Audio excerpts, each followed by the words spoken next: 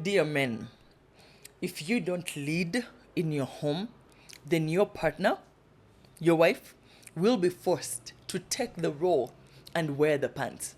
And your lack of leadership will either cause the end of the relationship, or you'll stay together with her resenting, disrespecting, or controlling you.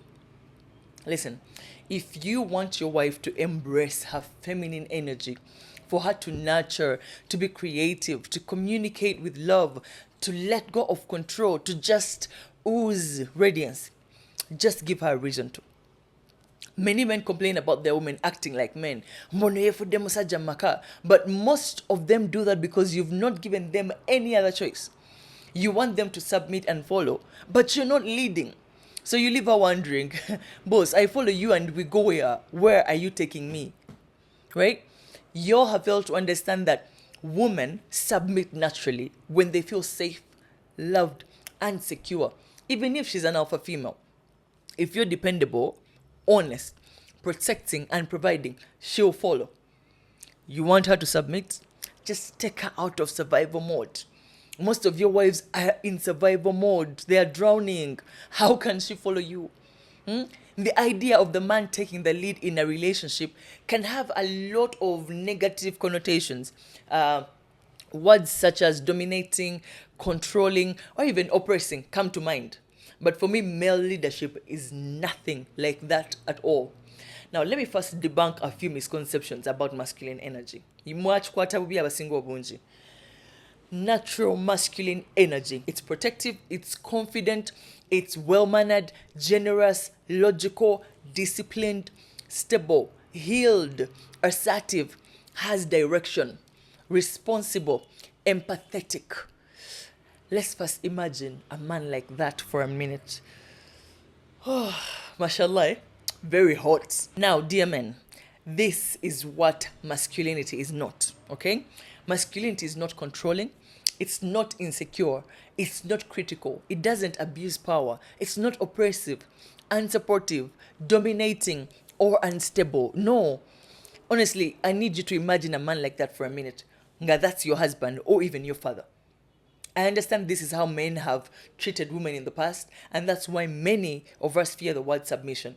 But that doesn't define masculinity, natural masculinity.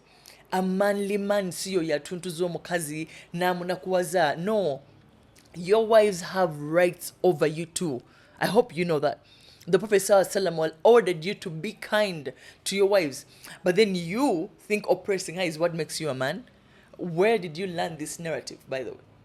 Brother, a masculine man is not threatened by his woman. He'll support her and be happy about her growth. He is a partner, a friend. He's not a master, so he definitely does not expect his woman to be a glorified slave. Because how can you have a woman who is contributing 90% to the home and has to constantly remind you about your responsibilities, and you're complaining that she doesn't submit? Bro, she has adjusted to not needing you. You do not lead your wife anywhere, whether it's spiritually, physically, financially, sexually, but you eagerly join in the social media discussion of how women today are not submissive at all. You cannot be in such arguments. You really can't. And when we think about submission, our minds often go to negative thoughts about the word. We associate it with living in fear, cowering in the corner, being afraid to have our own opinion, or disagree with what our husbands say. We think about our husbands ordering us about and demand that we comply with their every wish and whim, or yielding surrender to them and blindly following orders. Listen, none of these thoughts are helpful, right, or Islamic. That's not what submission is about. Guys, submission is not an entitlement that comes with the marriage certificate on your wedding day. And the day you marry her, she's supposed to submit. No, submission is earned. Many men advise their fellow men, muteke mulain. Dear abusive husbands, what you're getting from your wives is fear and resentment, not submission. Don't confuse the two. And now would be a good time for you to ask yourself, where did I learn this narrative, by the way? that a woman has to fear me for me to feel like a man. Where did I learn this? But hey, wives do not submit to alcoholism, disrespect, irresponsibility, inconsistency, or oppression. Please take note. What wives submit to is leadership, plain and simple. Now, let me first ask you a quick question. What do all great leaders have in common? I'll tell you. Great leaders are good listeners. They are fair. They're empathetic. They're honest. They hold themselves accountable. And they inspire confidence in those who follow them. They know their responsibilities too. So now ask yourself, when did you last provide? When did you last protect? When did you last lead your family? When did you last support your partner? Many of you can't even do right by your woman sexually. All you do is complain about the bad sex, yet you won't even get your foreplay right. Meanwhile, you've convinced yourselves that your wife is just here to please you. Stop getting mad when your woman doesn't follow you, yet you're leading her down a path of destruction. And before I go, being a good leader doesn't mean you must be wealthy.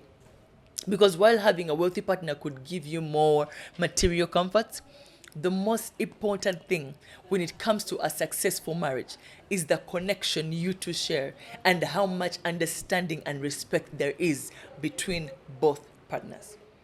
Don't forget to turn on your notification bell so you don't miss my next video. Assalamu alaikum wa rahmatullahi wa barakatuh.